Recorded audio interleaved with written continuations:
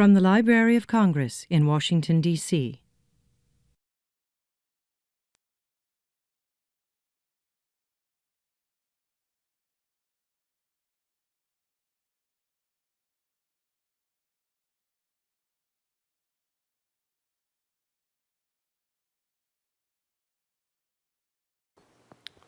Good afternoon. Welcome to our program. I'm Dan Torello on staff of the Kluge Center.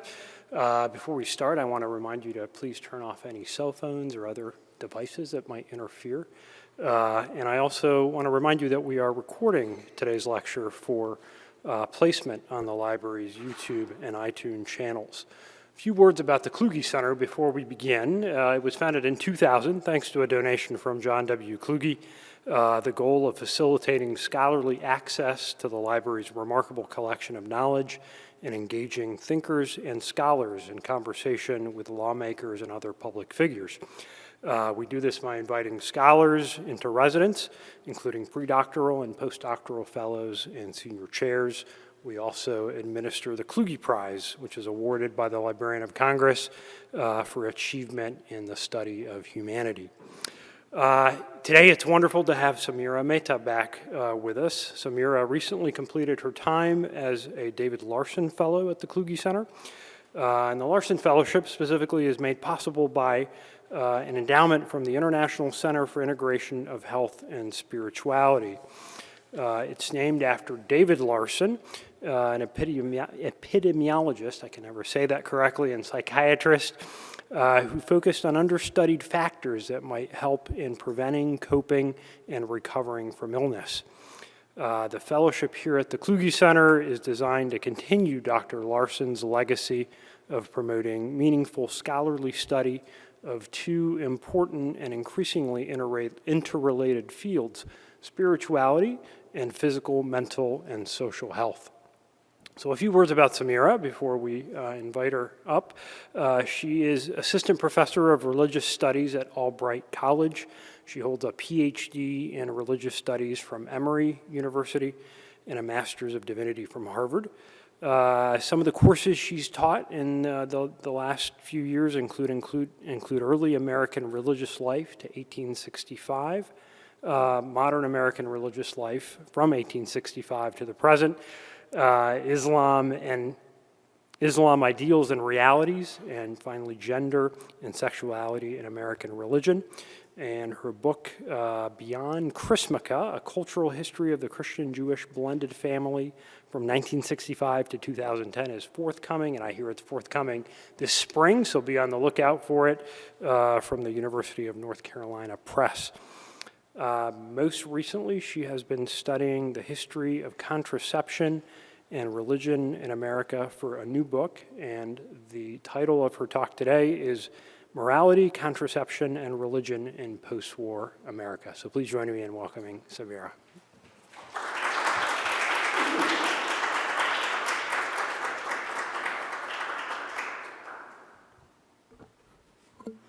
Welcome, and thank you for coming to my talk today on contraception, morality, and religion in post-war America. I would like to thank the friends from outside of the Library of Congress who are here today. I appreciate your support. Thank you to John Haskell for welcoming me back for this talk.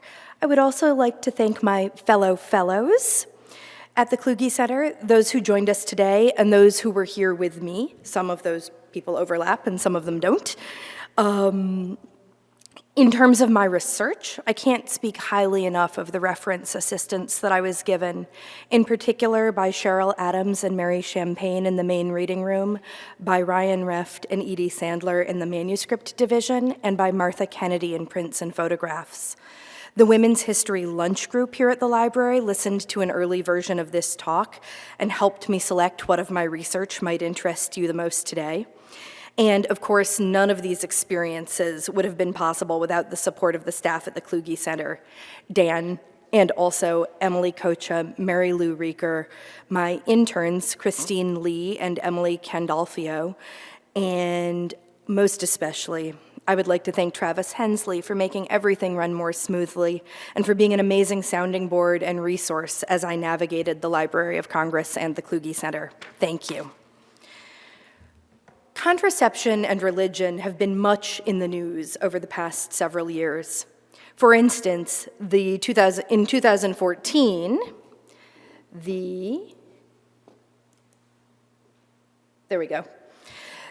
works differently than the one in my classroom. In the case of Burwell versus Hobby Lobby Stores Incorporated, the Supreme Court of the United States, right through those windows, ruled that the Religious Freedom Restoration Act of 1993 can apply to corporations. The Religious Freedom Restoration Act was proposed by New York Democrat Chuck Schumer and is intended to ensure that interests in religious freedom are protected. So originally, this act was intended to apply to people. That is to say, an organization could not deny an individual his or her religious rights. So think, for instance, of this act giving a Muslim student the right to pray during the school day, or protecting a Wiccan from being fired because she practices witchcraft. The Religious Freedom Restoration Act stipulated that it protected the religious freedoms of persons, but the Hobby Lobby case extended that logic to corporations through the concept of corporate personhood. That is to say that the court has decided that because Hobby Lobby is a closely held corporation run by an individual or family whose sincerely held religious beliefs oppose certain forms of contraception, that company is functionally a person and may exercise its religious freedom to exclude such forms of contraception from its health insurance policies and coverage. It may not fire a woman who uses said contraception, or a man who is sleeping with a woman who uses such forms of contraception, but it need not provide access to it. The court case was fought and won in terms of religious freedom. Individuals and activists who objected to the case either did so because they didn't like religious freedom being extended to corporations, or because they didn't really think religious freedom was the key issue.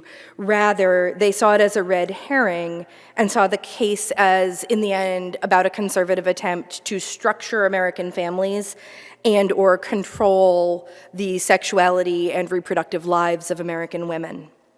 So Burwell versus Hobby Lobby is just one example of a contemporary moment when religious freedom arguments have been used to restrict women's access to contraception. And in each case, there are people who either see or want to see the religious rights of the employer triumph or the religious rights of the employee triumph. So, that's kind of the question there. Whose religious rights end up mattering? And in each case, objections come both from people who have opinions about how that should play out and come from people who are concerned that this is really about conservative controls of sexuality. This is basically a talk about heterosexuality and contraception. Similar logics play out in, for instance, court cases about wedding cakes in exactly this moment. So, I'm not actually here to talk about Hobby Lobby. I did that in order to give you a contemporary hook, a context through which you can understand some of the history that I'm going to talk about today. If you're interested in a Hobby Lobby, see me after. I can recommend excellent scholarship.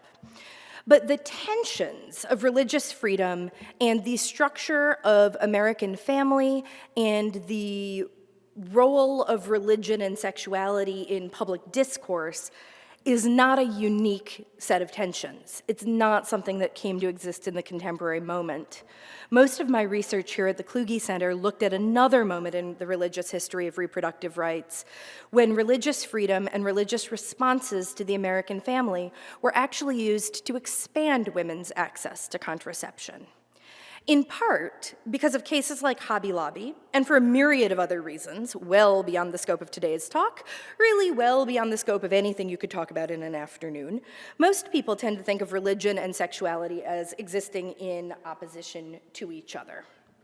At best, we think of the clergy's response to women's health as one represented in this political cartoon. And as this is being recorded for use online, and as the slides will not be part of the online presentation, please forgive me as I give a brief summary for the people who are listening to this later.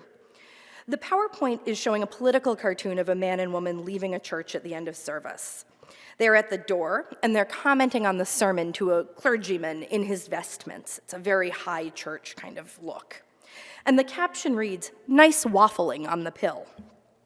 The implication suggests what I think we popularly understand to be more or less the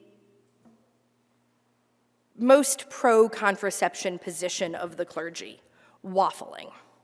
No clear endorsement that one might have sex simply for pleasure or that contraception might be a moral or social good. Rather, an impression that clergy see marital sex as generally good, an acceptance of the fact that the 2.5 child family is the norm.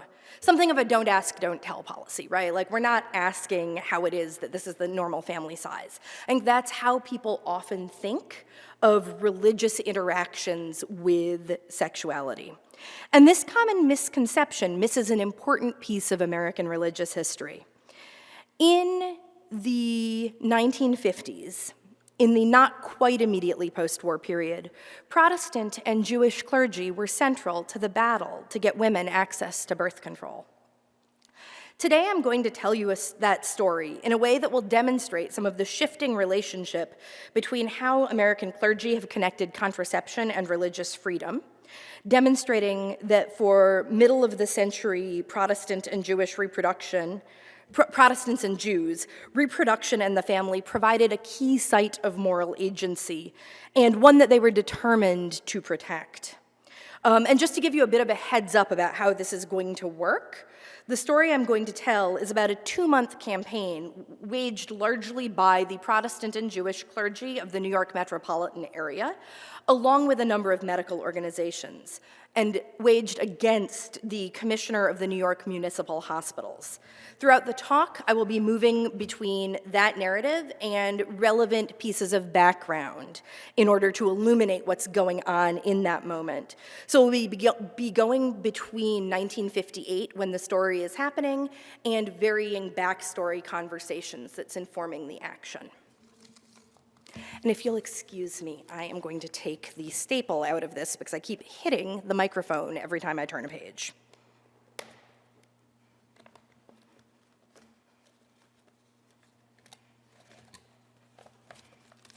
There we go.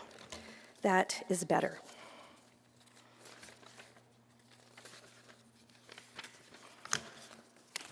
So, I hope that moving around in time will still give you a clear story and that the pieces will all knit together.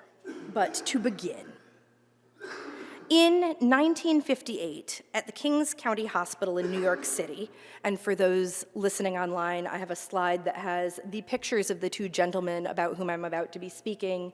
One picture is very good, and the other is a terrible reproduction from a newspaper, but it was the best that I could do. At the Kings County Hospital in New York City, a Jewish doctor planned to fit a Protestant woman with a diaphragm, or as all of the records put it, a contraceptive device. The young woman was diabetic. She had just had her first child, and the combination of diabetes and pregnancy had proved extremely dangerous. Doctors feared that another pregnancy could kill her. She was young, however, and scientists were making massive advances in diabetes research and treatment. She, her husband, and her doctors hoped that medicine would advance enough to allow her to safely sustain a pregnancy while she was still young enough to bear children. As a result, they wanted to provide her with contraception rather than sterilization. Her doctor, Louis Hellman, was the director of obstetrics and gynecology at Kings County Hospital, and they scheduled her fitting at 10 in the morning on July 16, 1958. At 9:30 that morning, Dr. Hellman went to the hospital supervisor, Dr. Harvey Golantz, to inform him that he would be fitting his patient with a diaphragm. Dr. Golantz informed Dr. Hellman that the New York City Hospital Commissioner, Dr. Morris Jacobs, had forbidden him to proceed. Dr. Hellman requested that Dr. Jacobs put the order in writing. Dr. Golantz said he would need to telephone Dr. Jacobs. Dr. Hellman returned to his own office to wait. At 10:15, so 15 minutes after the appointment was scheduled, Dr. Golens called and said that the order stood, but that Dr. Jacobs would not put it in writing. So Dr. Hellman was somewhat surprised by this news. Well, it had long been an unwritten rule that doctors in municipal hospitals were forbidden from prescribing birth control. Over the course of the spring of 1958, the policy appeared to be relaxing, like the hospital seemed to be backpedaling a bit.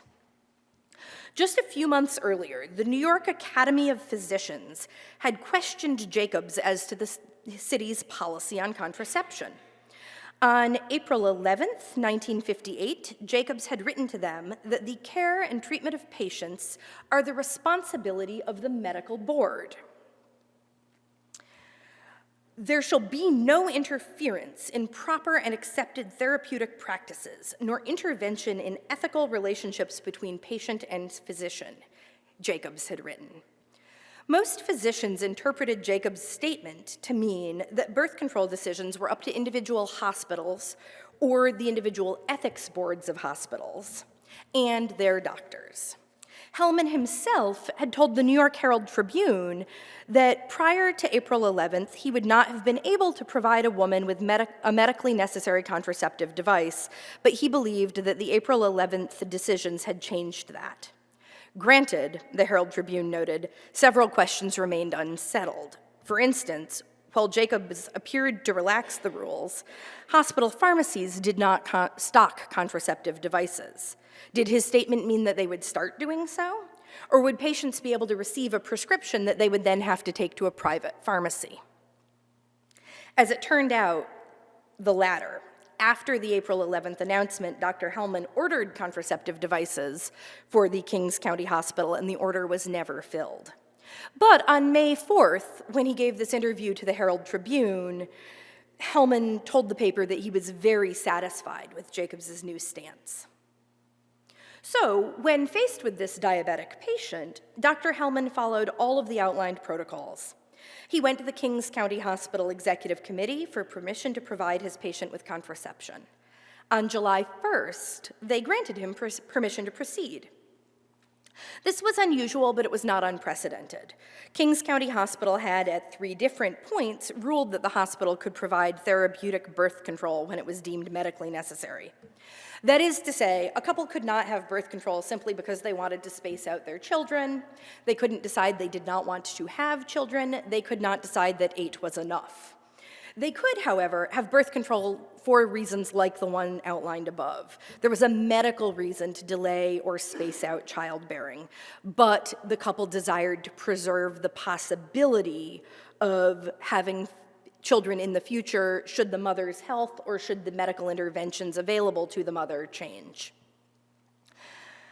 So the reversal of this decision 15 minutes after he was supposed to see his patient surprised and dismayed Dr. Hellman. He did, however, also feel that it tied his hands. He did not fit his patient for the contraceptive device, but he did go to the newspapers. The next morning, the New York Times reported on the situation. And I would just like to say the New York Times and the New York Herald Tribune and the New York Post were all over this like white on rice. So there is a fantastic record. Since the ban was not official, there was no official explanation for why contraception was functionally banned. In his book, Sacred Work, public theologian Tom Davis hypothesized that the answer was the Catholic Church. And again, for those listening online, what I have here is a slide with a prelate, and it says underneath, "The pill is a no-no," and he's pointing like Uncle Sam, as in, we want you for the US Army. So, the New York City electorate was 48% Catholic, and the Catholic Church firmly opposed contraception.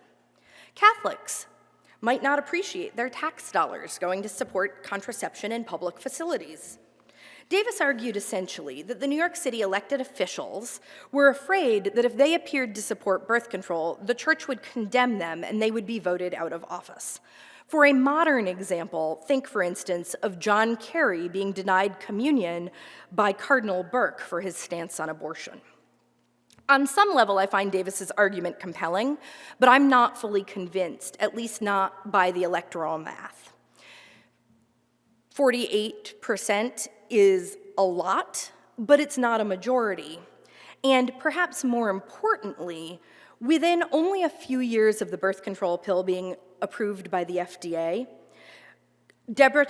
historian Deborah Tentler's research tells us that Catholic women would use contraception at essentially the same rate as their Protestant counterparts. It seems to me that New York City politicians, many of whom were Catholic, probably realized that many Catholic voters would break with the church on contraception. And so I'm flagging this mostly as a place where I'm planning to do some more research around why birth control was so carefully restricted in New York municipal settings, taking a look at the money and where it's coming from, what the positions of individual political figures may have been. But the Catholic Church aside, there are some other reasons why birth control was so hard to come by. For about 75 years, birth control and information about birth control had been restricted, largely on the grounds that it was indecent. In 1873, Congress had passed something called the Comstock Act, anti-pornography laws for the suppression of trade in and circulation of obscene literature and articles of immoral use. Essentially, for our purposes, the Comstock laws made it illegal to talk about, write publicly about, or ship birth control. This picture of Margaret Sanger in 1929 shows some of the ramifications of, if not the Comstock laws themselves, which were federal, the attitudes that they represented. Margaret Sanger was a trained nurse and an early birth control activist. She was both the founder of the American Birth Control League, now Planned Parenthood, and one of the early proponents of the birth control pill. She did a lot of the fundraising that went into funding the research that would bring about the pill. In 1916, she had opened the country's first birth control clinic in Brownsville, Brooklyn. It remained open for about a month. Throughout her career, she was arrested for her activities, and throughout the 1920s, Margaret Sanger was famously banned in Boston. She was prevented by Mayor James Curley from speaking in 1923, 1924, and 1925. This photo, which is from 1929, is a moment when she appeared on stage wearing a gag. She was not able to speak, and the eminent and male historian Arthur Schlesinger read her prepared remarks for her while she sat there or stood there gagged. It was a brilliant publicity stunt. And so what you have here is you have a fairly significant history of birth control being something that is legally often forbidden, highly restricted, very, very problematic, and because of reasons of decency, information is extremely limited as well. So, the need to avoid overt mention of contraception led to some coy ads and interesting forms of birth control. During the same decade that Sanger was banned in Boston, these ads for Lysol appeared in a number of women's magazines. For those of you watching online, the slide that I'm showing depicts 3 different advertisements for Lysol. The first shows an older sister advising her younger sister in what is clearly an intimate conversation. The caption reads, "Lucky bride to have an older sister." The second image depicts a woman wiping away a tear with a handkerchief. Words swirl around her head, saying inhibitions, ignorance, doubt, misgivings. The caption reads, "Do inhibitions, parentheses, doubts, threaten married love? One small, intimate physical neglect can rob a wife of her husband's love." The last image shows a portrait of a lovely and well-made-up woman and says she was the perfect wife with just one flaw. She was guilty of the one neglect that mars many marriages. Lysol helps avoid this. So these ads explicitly in the small text refer to Lysol as a feminine hygiene product, but as historian Andrea Tone makes clear, everyone understood that these ads were really promoting douching with Lysol as a method of contraception. As a method, it was ineffective and had potential side effects ranging from inflammation to death. But condoms and diaphragms were both very expensive and very hard to come by. So these examples should give you a sense of the climate in the first quarter of the 20th century in the United States when it came to conversations about methods of and access to birth control. It was limited. There were laws in place that made the information almost impossible to come by, and the devices were even harder to access. As a result, there was something of a coded language for talking about birth control, but no real control over it, which is how Lysol could advertise itself by implication as a contraceptive, even though using it could result in death. So the images that we just saw all came from the 1920s. The federal courts repeal the Comstock laws in 1936. Birth control is no longer considered obscene, and it can be transferred across state lines. But there's no broadly held social sense that women or men had the right to contraception or to what we might call, and what they were strategically starting to call, family planning services, as the example from New York City makes clear. And there's a gap, right, of 22 years between the repeal of the Comstock laws and the 1958 case. But not very much had changed on the access to contraception front. If access had not changed, however, the religious reactions to contraception really had. The religious community had been more or less in support of the Comstock Acts when they had passed in the late 19th century. But in the middle of the 20th century, it's an entirely different picture. Since the early decades of the 20th century, mainline and liberal Protestant denominations issued statements on ideal Christian family life. And unfortunately, the rest of my talk doesn't really lend itself to photos. And so this is Kings County Hospital, the setting for everything. And it's not actually even a particularly historically accurate picture of Kings County Hospital in that I took it. And I wasn't alive then.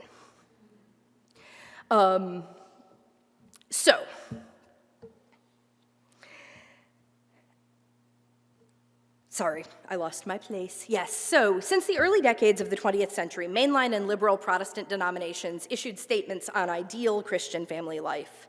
These statements held that for the contemporary Protestant with the medical means to do so, family planning was vital because it allowed for a more thoughtful and deliberate creation of Christian families.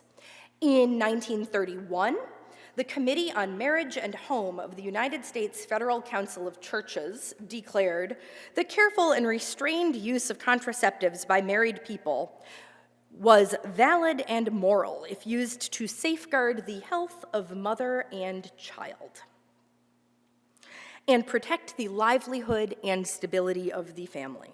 No direct action came from this statement, but it prompted much public debate and represented a shift from commonly held Protestant condemnation of contraception. That same year, the Congregational Christian General Council announced its support of voluntary childbearing to safeguard the well-being of family and society. In 1954, the Augustana Evangelical Lutheran Churches in America adopted a statement advocating for the spacing of children so as to ensure their proper care and the health of the mother. Well, the Anglican Communion's Lambeth Conference had condemned birth control in 1908 and 1920. By 1958, it stated that contraception was a primary obligation of Christian marriage, that children may be born within the supporting framework of parental love and family concern, with a right to an opportunity for a full and spiritually wholesome life. Taking into account factors such as the cost of education and the increased social assumption that you would send your children to college, The Lambeth Conference, which remember had condemned birth control twice within the past 50 years, actually chastised parents who carelessly and improvidently bring children into the world, trusting in an unknown future or a generous society to care for them. So these Protestant denominations connected the freedom to make one's own decisions about reproduction with a responsibility to create and maintain a healthy family. And they were very interested in getting people the freedom to decide how to create their own families. These were by and large policy statements from the varying denominations. They weren't carefully fleshed out theologies. They were intended for the guidance of their own clergy, rather than an attempt at a pan-Protestant approach to birth control. However, they had clear moral implications, and they provided a framework, as became evident in the New York City clergy's response to the birth control ban. More or less simultaneous with the 1958 example, Protestants were beginning to talk about something that they called responsible parenthood. Though the first major book on responsible parenthood was still 2 years away, 1960, and the National Council of Churches was 3 years away from passing a statement in support of responsible parenthood, 1961. And parenthetically, it did that with 83 votes in favor of responsible parenthood, 0 votes against, and 4 abstentions. The idea is already in 1958 really circulating in Protestant circles. So what is responsible parenthood? Responsible parenthood is an attempt to synthesize and create an appropriate relationship between religion and science. The religiously mandated responsibility to be stewards of the good of the earth, to be good stewards of the earth, the responsibilities that Christian parents had for their children, and the autonomy of the Protestant couple in making their own decisions about child rearing were connected to a theologically unified approach to the emerging medical technologies of contraception. Responsible parenthood served as a counterweight to conservative Protestant voices, and it was a challenge to Protestant conversations with the Catholic Church. In responsible parenthood, contraception became both marital and moral, right? So nobody is talking about contraception outside of marriage. Nobody in this conversation anyway. But in that context, it is seen as shoring up rather than eroding traditional Christian values. Now, the moral reasons for limiting the size of one's family, according to this theology, were multifold, but there were 3 primary reasons. First, concern for the planet. This is huge. In 1954, none other than Harry Emerson Fosdick, one of the most prominent Protestant ministers of the first half of the 20th century, much more liberal than Billy Graham, but sort of similarly important to Billy Graham, framed overpopulation as one of the world's basic problems, which could be relieved by knowledge of and access to contraception. A desire for healthy and appropriate family life. In that same 1954 speech, which Fosdick delivered at a Planned Parenthood Awards dinner, he said that the liberty to use contraceptive control to build thoughtfully planned, wisely planned homes was essential to proper family life. And 3, and I think this is very interesting, the sense that married couples had vocational work to do in the world. And while it was hoped that parenthood was one of their vocations, Christian clergy should not assume that it was the couple's sole vocation. By limiting the number of children in a family, a couple would be better able to fulfill all of their many vocations and to interact with child rearing as vocational work, giving it the care and attention that did not, they felt, scale very well. You can do things with 1, 2, 3 children that you cannot do with 14. Perhaps most importantly, all 3 of these points call for individual moral agency in making decisions. No agency, no government agency, no hospital, no denomination, and no minister was to impose reproductive decisions on a couple. They were to make them together after prayerful contemplation. reproduction in this schema became an extremely important venue for Protestant moral agency. All of these ideas and the social attitudes behind them, about which we can talk more during questions, informed the public campaign that the New York metropolitan area's Protestant and Jewish clergy were about to wage against Morris Jacobs. And I realize I've been talking about Protestants. I will be getting to the Jews in just a moment. As I said at the beginning of the talk, it was July 16th, 1958, when Dr. Jacobs forbade Dr. Lewis Hellman to fit the young diabetic wife and mother with a contraceptive device. Less than a week later, the New York Herald Tribune reported that Arthur A. Allen, a man with 3 first names, the chairman of the Department of Christian Social Relations for the Protestant Council of the City of New York, had telegraphed Jacobs requesting an immediate meeting. Jacobs declined to meet with the Protestant Council. But note the dates here. The patient was denied her contraceptive fitting on the 16th. The story broke in the New York Times on the 17th, the next day. By the time the paper for the 23rd was typeset, the Protestant Council had already reached out to Jacobs and been rebuffed. I don't know how many of you have actively engaged religious lives, but most decisions, especially most decisions made amongst Protestants and Jews, liberal Jews, the group that we are talking about, are made democratically. It takes time. The fact that they were able to act this quickly is really indicative of a broad-based consensus. They felt that they had a mandate to speak with Jacobs.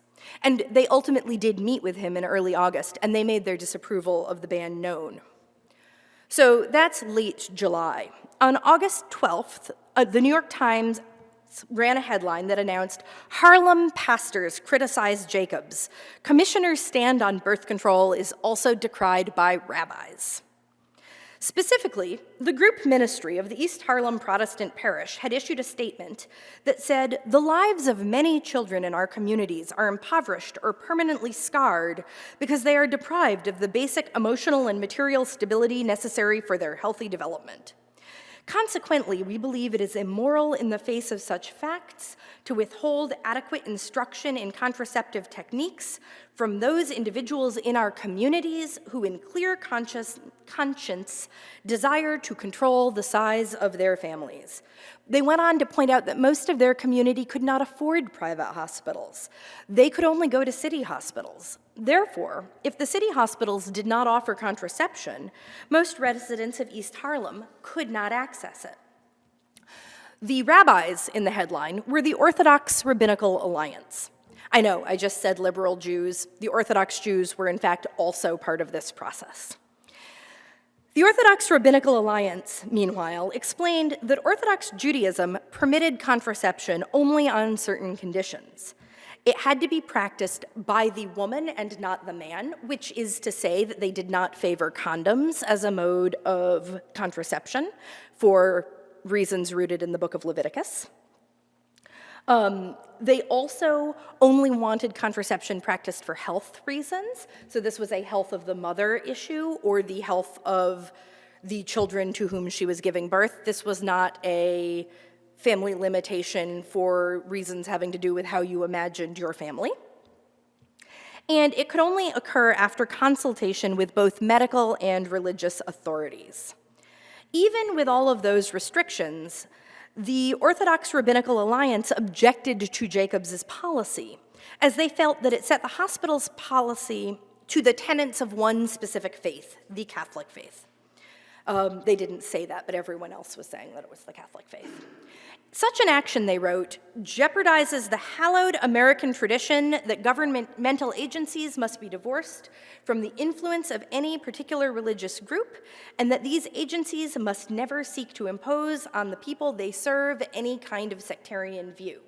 So in other words, even though this is a group with a fairly strict sense of how you can use contraception, they want the government to stay out of it. They want the medical technology available, and they want women potentially married couples to make the decision after conversation with a doctor and a rabbi. And if one is going to give this a feminist read, it is certainly true then that a woman is making a decision in a conversation with a bare minimum of 3 men, her husband, her doctor, and her rabbi. But it is still arguing that it is a decision that should be made on that individual ground. So, important to have both of those things in mind. Onward with our timeline. 3 days later, on August 15th, the Interdenominational Ministers Alliance in Brooklyn, with some 150 members, who pastored some 175,000 of Brooklyn's Protestants, announced in the same paper that they were in complete agreement with the Protestant Council and sought a meeting with Jacobs. Among these 175,000 parishioners was, in fact, Hellman's diabetic Protestant patient. The Alliance issued an official statement. Our ministers cannot understand why Dr. Jacobs turned his back on his own profession and interfered with the proper and accepted treatment of one of our church members whose very life is dependent on such treatment. So essentially, the Ministers' Alliance just said, why is the doctor trying to kill one of our parishioners? They went on to affirm in a statement that the Protestant Council had made in their early August meeting with Jacobs. The use of medically approved contraceptive devices practiced in Christian conscience fulfills rather than violates the will of God. Jacobs agreed to see the Interdenominational Ministers Alliance. After all, he had just seen the Protestant Council, but he also said that he would not drop the birth control ban. So we're now in mid-August. On August 23rd, Rabbi Edward F. Klein of the Stephen Wise Free Synagogue called Dr. Jacobs' ban an infringement on civil rights, the civil rights of the patient, the civil rights of the Protestant and Jewish communities. He elaborated, a physician is entitled by the nature of his profession to pursue his work in accordance with the best legal and medical procedures. Protestant and Jewish patients are entitled to receive the best medical treatment, even though some procedures may be contrary to the teachings of other faiths. That is to say, Catholics are, of course, free to follow the dictates of Catholic faith. Protestants and Jews are not obligated to follow and should not be functionally obligated by a municipal system to follow the dictates of the Catholic faith. My possible favorite, on September 1st, again, according to the New York Herald Tribune, the Reverend George Steerward, assistant rector of the St. James Protestant Episcopal Church at Madison and 71st, preached that birth control is Christian. He did this from the pulpit on Sunday morning on the Upper East Side. In his sermon, the Reverend Steerward preached, and this is a direct quote, "The Sex Act is one of the greatest treasures of marriage, irrespective of its purpose of pregnancy.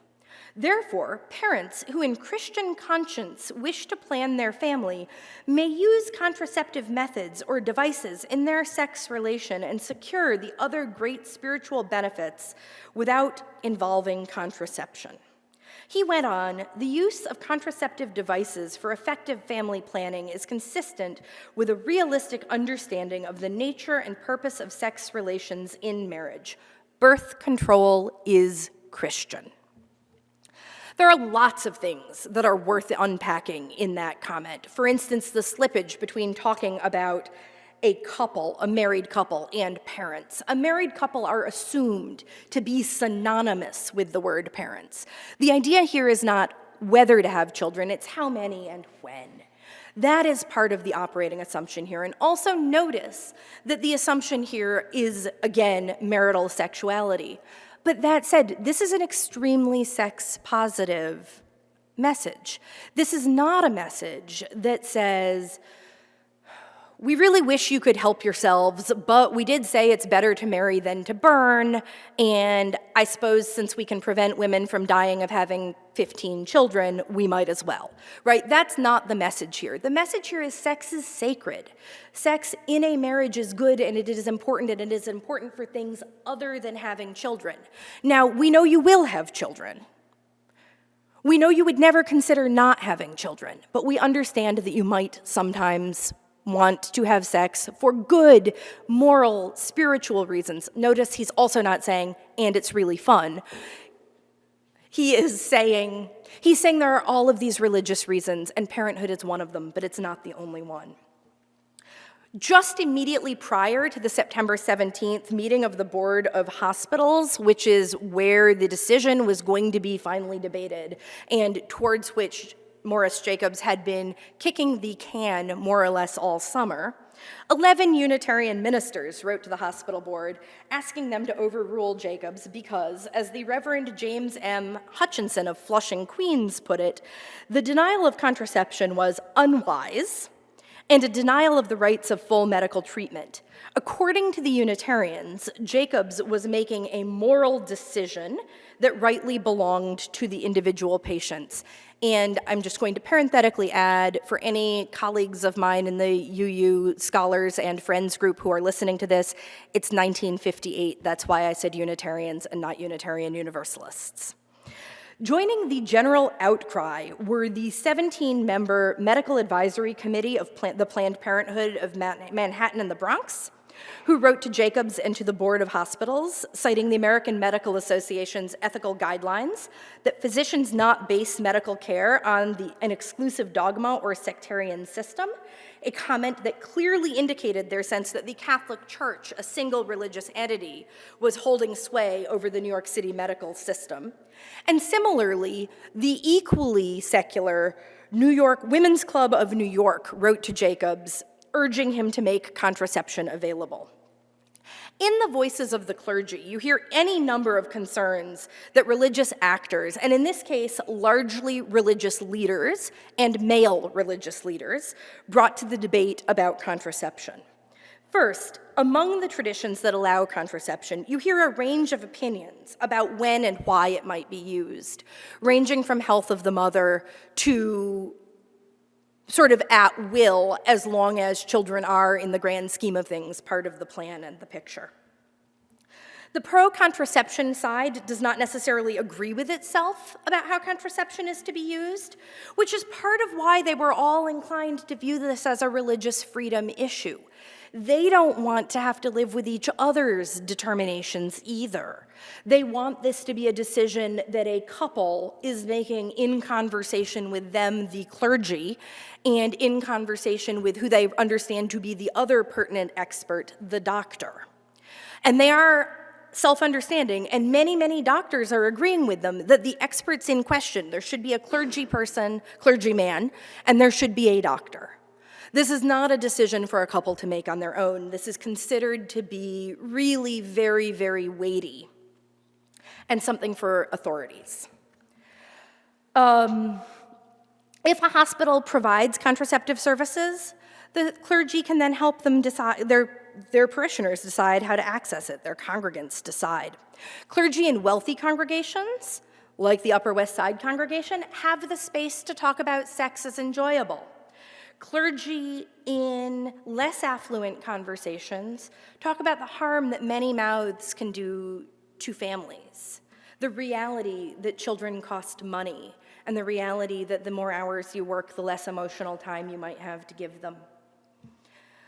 Clergy raise questions of maternal health. In many of these conversations, the family and changing ideals of what makes a family shape the comments. There is an ability to limit the size of the family, and it becomes a space for moral agency. All of a sudden, this is a venue in which people can take action, and in which the clergy really feel that people should. And while only the religious minority, the Jewish voices, emphasize the religious freedom element in their comments to the press, religious freedom is underlying all of the other comments.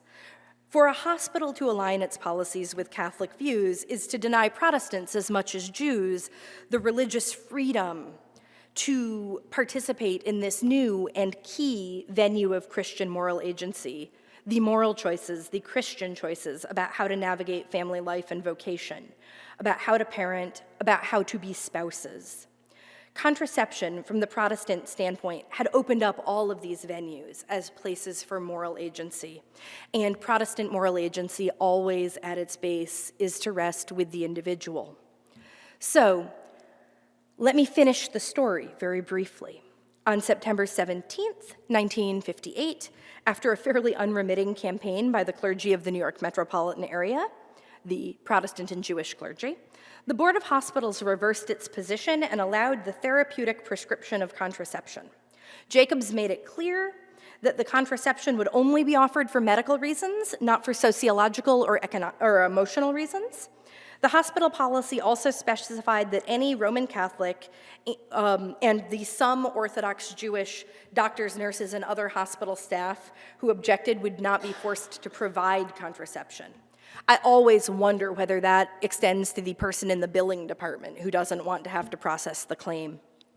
I don't know. I really do legitimately wonder how that got navigated.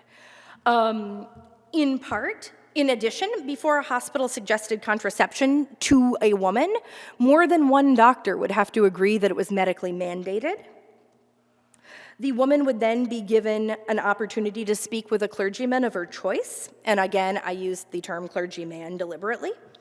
In addition to the formal protocol, newspaper coverage said that the hospital board had indicated that a woman might not be able to gain access to contraception unless she had previously been pregnant, and her prior pregnancy had endangered her life, and therefore it seemed a safe assumption that subsequent pregnancies would as well. They said that the previous pregnancy rule wouldn't be uniformly applied. You could potentially go in with a clearly medically diagnosed condition, but really it was going to be extremely difficult without that prior life-risking situation. So the compromise did not offer the full range of contraception for which the clergy called. The decision did not give couples, at least those using the city hospitals, the kind of access to contraception that responsible parenthood required. The New York City municipal hospital system ended up, in this case, far more conservative than the Protestant main line. And again, the Protestant main line means not right-wing Christianity, but it doesn't necessarily mean left-wing Christianity. It can be the middle of the road. Then the middle of the road Protestant position and almost all of New York City's forms of Judaism. And I'm cognizant of time, and so I will stop here, but I hope we can have a robust conversation with what we have left.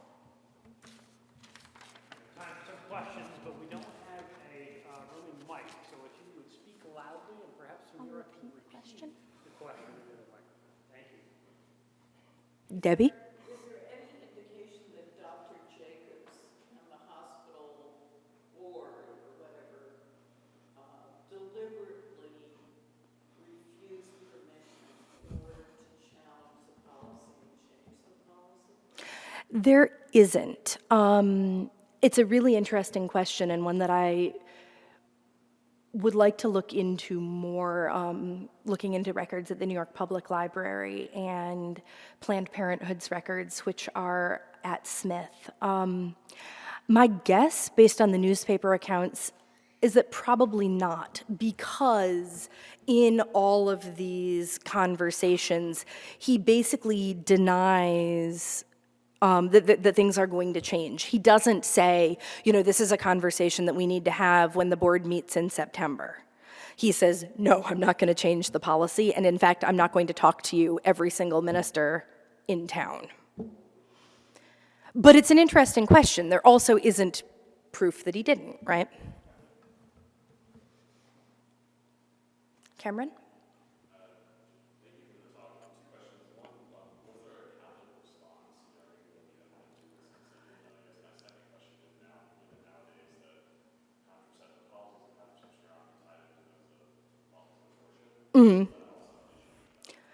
So the question was twofold. Was there a Catholic response, and did these conversations about contraception tie into conversations about abortion? So yes, there was a Catholic response. The Catholic Church said, in varying ways, at varying moments over the 2 months, look, we are not controlling the hospital system like we are the puppet master. They didn't use the word puppet master, but they kept saying, like, we do not have the kind of control that people are suggesting that we have. They also said that if the city of New York chooses to do something that we consider immoral, we are absolutely going to publicly say that the city of New York has done something that we consider to be immoral. So what they are saying is this is not applying our sectarian rules to everyone else. We are not in charge. We do, however, have the right to free speech, exactly like the rest of you do, and we will use it. So that was essentially the position. They were also very concerned that no change in hospital policy result in Catholics being forced to operate against their own conscience, and made certain or participated in conversations that said you must make certain that if you change the policy, that does not happen. In terms of abortion, I think almost deliberately, no. It is also true that Kings County Hospital was supposed to report any woman who came in for treatment of what was a non-hospital performed abortion. And they got dramatically more, hundreds more than they reported. And so you get the sense that the hospital knows exactly what is going on, is concerned about what is going on. And that is part of what's informing all of the doctors, because illegal abortion is really dangerous, and the doctors were the people cleaning it up, but nothing overt in the conversation. I'm sorry, we have had so many conversations, and I know that your name is unusual, but I cannot remember what it is. Yes? Thank you, Jaretta. I'm sorry.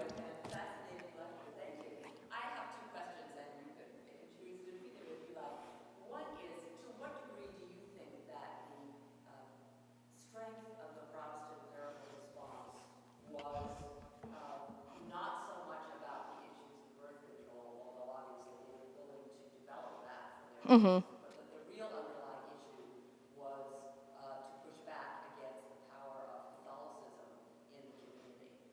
That would be question number one. Question number two is, just so I'm clear, all of this conversation was around municipal provision of health services. So presumably, if I am in that Episcopal church on the Upper East Side and I have my Upper East Side obstetrician, the choices facing me as a woman might be very different and presumably quite a bit freer. Is that a safe assumption? So the questions were twofold. First, how much is the strength of the Protestant response to the birth control issue not actually about birth control, but about anti-Catholicism? And the second question was, this is just about municipal hospitals, correct? And so there's a class issue at work here too. So first of all, absolutely. I have been known to say jokingly, and since this is being recorded for the internet, I hasten to say, I'm saying this jokingly, you can get, in the middle of the 20th century, Protestants to oppose almost anything if you tell them that Catholics are for it. And vice versa, right? You can get them to support almost anything if you tell them that Catholics are against it. And I'm being flip. But I do think that there's a lot of concern about Catholic control. There's a lot of question about who is going to be the dominant Christian voice in the American public conversation, who's going to call the shots in that conversation. This is a moment of immense power for the Protestant main line, but it is in a lot of ways the last moment of immense power for the Protestant main line. I don't know to what extent people know that. I'm in early days of this project, but that's one of the questions that is in the back of my head. And so yes, absolutely. And I think that is, but I also think they're very serious about the moral responsibility and the individual moral responsibility to think about family planning. One of the things that Protestants say a lot during this time period is, look, Catholics say that birth control is unnatural. But the population is exploding. The reason that the population is exploding is largely because we have much better medicine. And so we have less infant mortality. We have antibiotics, we have vaccines. And so you end up with all of your children living to adulthood, and it's causing a problem. If vaccines and antibiotics are not unnatural or are acceptable, then birth control should be as well. And so that is explicitly an anti-Catholic theology in some ways. Like, that's who they're arguing with when they're arguing about what is natural. But it's also a positive claim. And absolutely also, it is a class issue. If you are a member of the Episcopal Church at 71st and Madison, you are really close to the mansions of Central Park, right? And you can get whatever is legally available to you. And in fact, at this point, contraception is illegal in Connecticut. And one of the standard approaches is to get on the train into New York. And I think part of how you can tell that there is this, one of the ways that you can tell that there is this anti-Catholic edge to it is that clergy whose congregations do not need to worry about this are very happy to be part of the conversation. Nancy. Mm-hmm.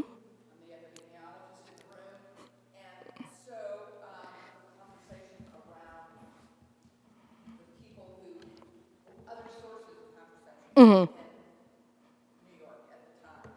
So was this like the main place? Because most, or was there a lot of clinics where you could go, other non-municipal hospitals where even lower income people could go? And what I would like to know is there's some kind of quantification of that.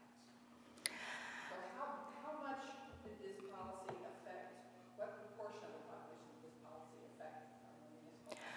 So I have not seen the sort of social history numbers. The numbers that I've seen come from organizations like Planned Parenthood. Oh, so the question was essentially about the demographics of this.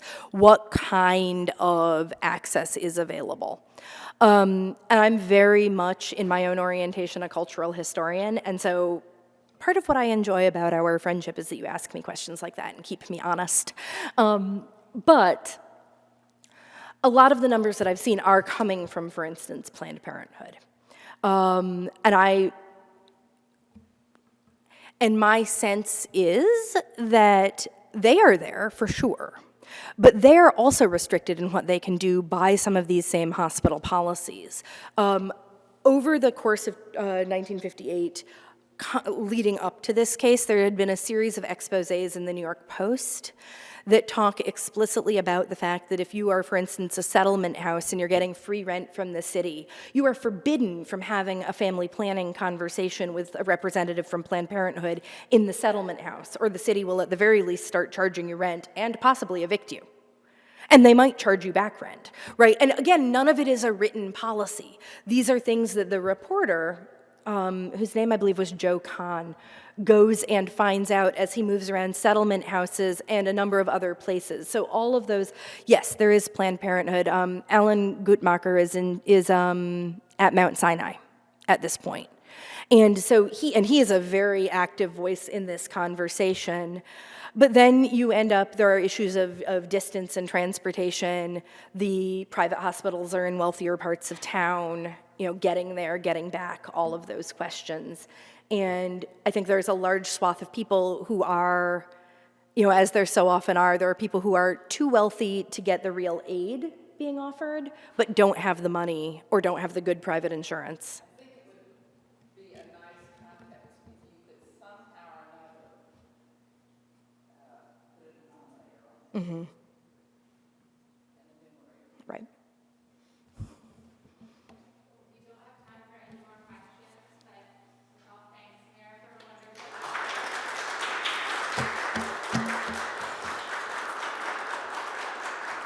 Thank you all for coming. This has been a presentation of the Library of Congress. Visit us at loc.gov.